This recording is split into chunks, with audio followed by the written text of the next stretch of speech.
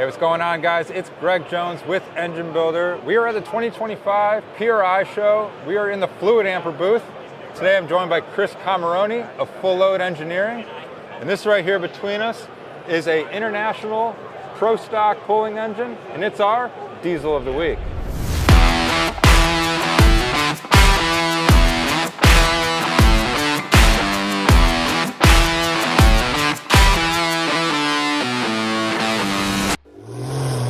Engine Builder's Diesel of the Week is sponsored by AMSOIL, the first in synthetics. Nice to meet you. Thanks so much for giving us a little bit of time here at a busy PRI show. You know, we've been in the Fluid Amper booth the last couple of years because they always bring something cool to the show, and they've done it again with an international pulling engine that you guys built. Yep. You know, before we get into some of the details of the international here, walk us through what you guys do at Full Load Engineering. Well, I started out designed my tractor on a computer and kind of built that throughout several years and got it out there and decided, you know, I started needing parts, and we're in the COVID era. There wasn't parts available, so I started trying to make my own stuff and design it. And I had a lot of failures, and as I went through designing stuff, I kind of went into more and more stuff, and essentially we started out with, you know, front covers, belt drives, this kind of setup here, and that transitioned into, you know, crankshafts. So we make our own crankshafts in-house, connecting rods, pistons, you know, basically any internal part into the engine we provide all around the country and Canada a lot now. So that's kind of what we do, and we take full, you know, design engines from start to finish, work with the customer, design everything to their specific application, and work through the whole thing. Very good. And I understand you guys are focused primarily just on the diesel, you know, pulling tractor type stuff. Yeah. All we do is diesel engines for basically tractors. You know, John Deere, International, Ford, New Holland. That's kind of what we focus on. We don't get into Cummins or Duramax or anything. It's mainly tractor-related stuff. Yeah. Okay. Very cool. Well, like we said, you got an awesome example of what you guys do right here. So, Chris, if you would, walk us through a little bit about, you know, you hinted that you do a lot of the machine work and the parts in-house, but, you know, walk us through what goes into a build like this. Yeah, so, I mean, we'd get, you know, customer get a hold of us. They want to go into a specific class, if it's pro stock or light pro stock or whatever we do. And we'll go through and, you know, design a crankshaft for whatever stroke. There's many different strokes and bore configurations that we can do, and understand what they want to do. If they want to be, you know, top level competition or mid-grade, or, you know, they want something that really runs hard. We'll design the crankshaft and rods and pistons and compression ratio around their wants and how they want it. And we'll, you know, I work closely with Weimer for turbo, injection pump, and injectors. So me being that I can design the piston and design the bowl design, I send the piston 3D model to Weimer directly, and they can match the injectors, so it's a match set. Makes them, you know, most efficient power out of that. Sleeves I do not make in-house. I do use Hypermax for them because they probably make the best sleeve in the market, for reliability purposes and all that.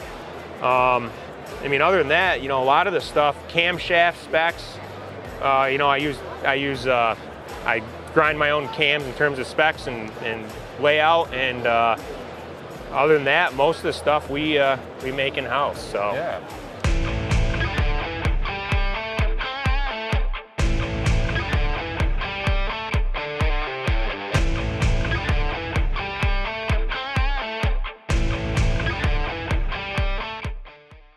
Now, Chris, before we got on camera, you were telling us, you know, this is just a show engine, so some of the things that, you know, a customer would receive with it fully built aren't necessarily highlighted here. Do you want to talk a little bit about what might be missing here? Yeah, like on a pro stock, there would be an intercooler, for instance, but there, you know, we have water injection in front of the turbo throughout the crossover pipe and in the ports directly. So I don't have that stuff hooked up, mainly for cleanliness. It looks cleaner without all the hoses and stuff on it. You know, but yeah, it's mainly just missing outside stuff in terms of water injection and final plumbing. So, very good. All right, and Chris, obviously you hinted at the Weimer there that you know, you work closely with those guys quite a bit. quite a big turbo there. Yeah. You want to talk a little bit about exactly what yeah. it is? So for PRI, they were going to call it donated, but I got to send it back after. They donated this turbo for show, along with the injection pump. Okay. It's their 6.4-inch 2025 model Pro Stock turbo.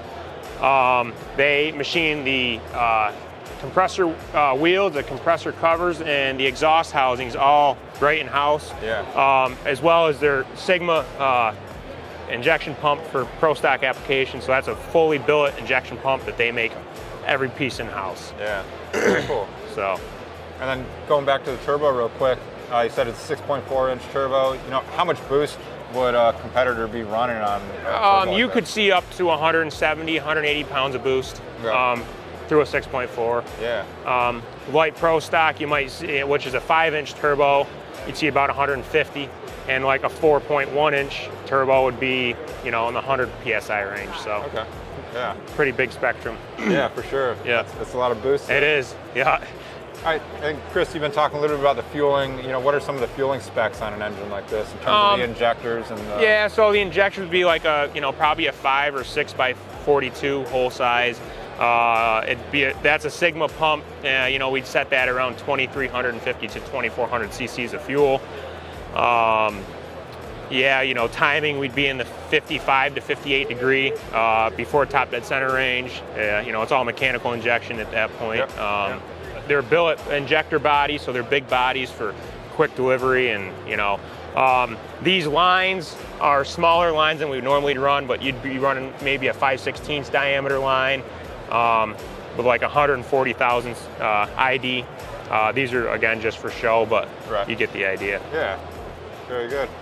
Obviously, Chris, we're in the fluid amper booth. You got a pretty sizable fluid amper damper up here. Yeah. You want to talk a little bit about, you know, how long you've been working with them? Yeah, I've been working with them since 2022, and I'm a dealer for them.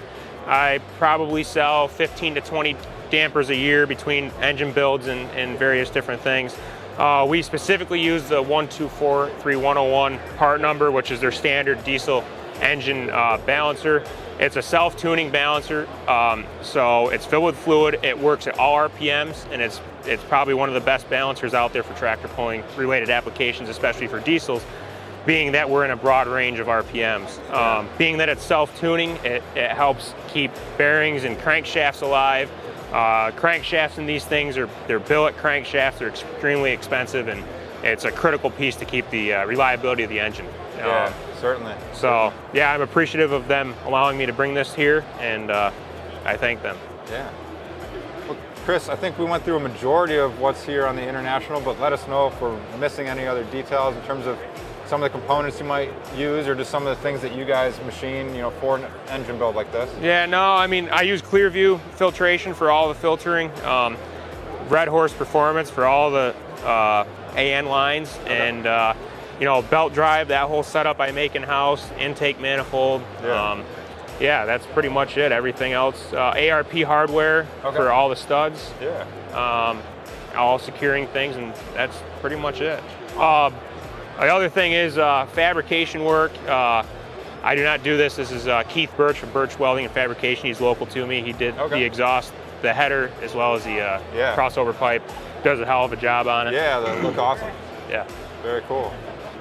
All right, Chris, last question, and I think you hinted at it a little bit earlier, but you know, how much horsepower could an engine like this produce? You could be 5,000 or over with a Pro Stock engine like this, max effort. You know, it's a lot of torque. You know, north of 5,500 foot-pounds of torque, and it's a brutal atmosphere in there. So parts got to be right. Right. Absolutely. Well, Chris, we appreciate the time. Thanks for telling us about this awesome International diesel engine. And, thanks again. Yeah, thank you. Guys, that's been this episode of Diesel of the Week. Make sure you guys are checking out everything that Chris and his team are doing at Full Load Engineering. And as always, make sure you're checking out enginebuildermag.com for more awesome engine and diesel content. Thanks for watching. We'll see you next time. Hey guys, thanks for watching today's video.